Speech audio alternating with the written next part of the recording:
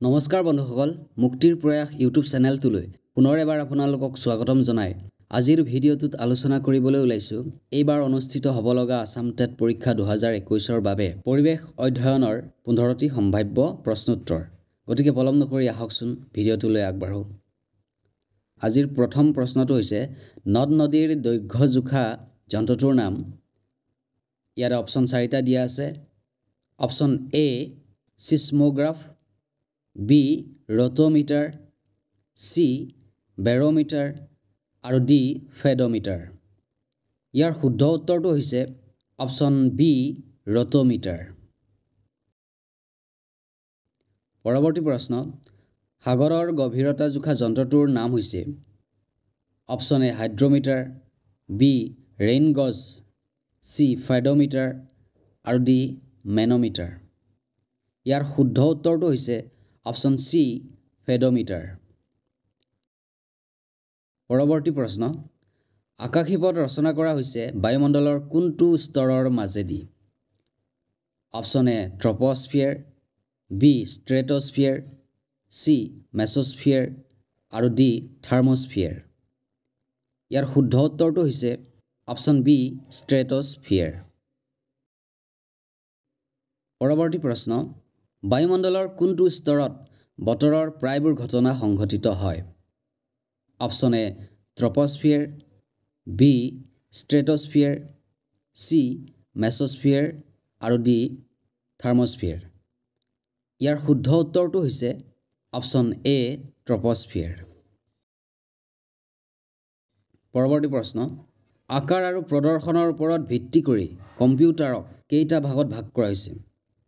Option এ 2টা ভাগত, B 3টা ভাগত, সি 4টা ভাগত আৰু ডি 5টা ভাগত।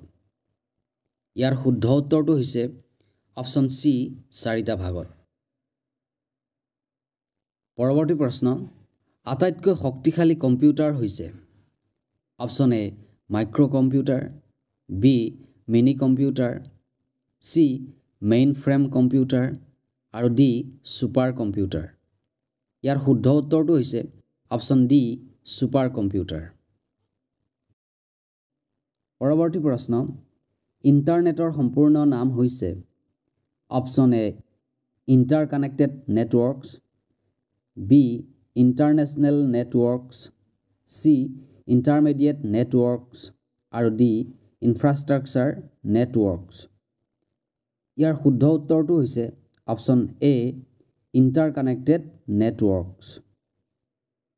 পৰৱৰ্তী প্ৰশ্ন, ভাৰতত ইণ্টাৰনেটৰ আৰম্ভণি হৈছিল অপচন এ 1990 চনত, বি 1995 চনত, চি 1997 চনত আৰু ডি 1999 চনত। ইয়াৰ শুদ্ধ উত্তৰটো হৈছে অপচন বি 1995 চনত। পৰৱৰ্তী প্ৰশ্ন, ভূপৃষ্ঠৰ উপৰিভাগত থকা সাৰুৱা মাটিক বোলা হয় অপচন এ বালিচহীয়া আৰু শিলগুটি, বি আলতীয়া আৰু শিলগুটি, চি হিউমাছ বা আলতীয়া আৰু ডি ওপৰৰ এটাও নহয়। ইয়াৰ শুদ্ধ উত্তৰটো হৈছে অপচন চি হিউমাছ বা আলতীয়া। পৰৱৰ্তী প্ৰশ্ন, অসমৰ চৰাইদেউ জিলাক জিলা হিচাপে ঘোষণা কৰা হয় অপচন এ 2015 চনৰ 15 আগষ্ট তাৰিখে, বি 2015 চনৰ 21 আগষ্ট তাৰিখে, চি 2016 চনৰ 15 আগষ্ট তাৰিখে আৰু ডি 2016 চনৰ 28 আগষ্ট তাৰিখে। ইয়াৰ শুদ্ধ উত্তৰটো হৈছে অপচন এ 2015 চনৰ 15 আগষ্ট তাৰিখে। পৰৱৰ্তী প্ৰশ্ন, জিলা হিচাপে ঘোষণা কৰাৰ পাছত মাজুলী জিলা কেতিয়া উদ্বোধন কৰা হয়? অপচন এ 2015 চনৰ 15 আগষ্ট তাৰিখে, বি 2016 চনৰ 8 ছেপ্টেম্বৰ তাৰিখে, চি 2016 চনৰ 9 ফেব্ৰুৱাৰী তাৰিখে আৰু ডি 2016 চনৰ 14 ফেব্ৰুৱাৰী তাৰিখে। ইয়াৰ শুদ্ধ উত্তৰটো হৈছে অপচন বি 2016 চনৰ 8 ছেপ্টেম্বৰ তাৰিখে। পৰৱৰ্তী প্ৰশ্ন, তলৰ কোনবিধ সম্পদ নৱীকৰণযোগ্য নহয়? অপচন এ সূৰ্যৰ ৰশ্মি, বি পানী, চি প্ৰাকৃতিক গেছ আৰু ডি জীৱ জন্তু। ইয়াৰ শুদ্ধ উত্তৰটো হৈছে অপশ্যন চি প্ৰাকৃতিক গেছ। পৰৱৰ্তী প্ৰশ্ন, তলৰ কোনবিধ সম্পদ অনৱীকৰণযোগ্য সম্পদ? অপশ্যন এ বায়ু, বি মানুহ, চি শস্য আৰু ডি খনিজ তেল। ইয়াৰ শুদ্ধ উত্তৰটো হৈছে অপশ্যন ডি খনিজ তেল। পৰৱৰ্তী প্ৰশ্ন, ভাৰতৰ সংবিধানখন বলবৎ কৰা হয় অপশ্যন এ 1947 চনৰ 15 আগষ্ট তাৰিখে, বি 1948 চনৰ 26 জানুৱাৰী তাৰিখে, চি 1950 চনৰ 26 জানুৱাৰী তাৰিখে আৰু ডি 1952 চনৰ 15 আগষ্ট তাৰিখে। ইয়াৰ শুদ্ধ উত্তৰটো হৈছে অপশ্যন চি 1950 চনৰ 26 জানুৱাৰী তাৰিখে।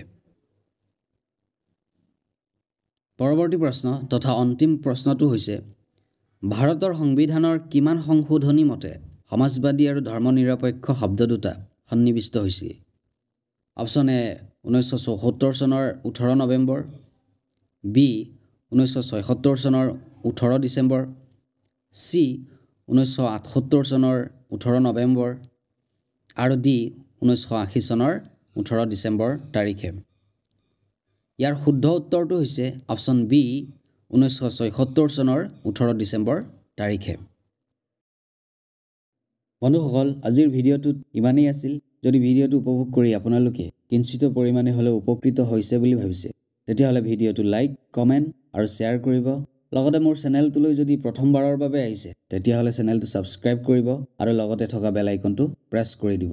আপোনালোকৰ গঠনমূলক দিহা পৰামৰ্শই মোক এনেকুৱা ধৰণৰ ভিডিঅ' বনাই যাবলৈ উৎসাহ যোগাব। ধন্যবাদ।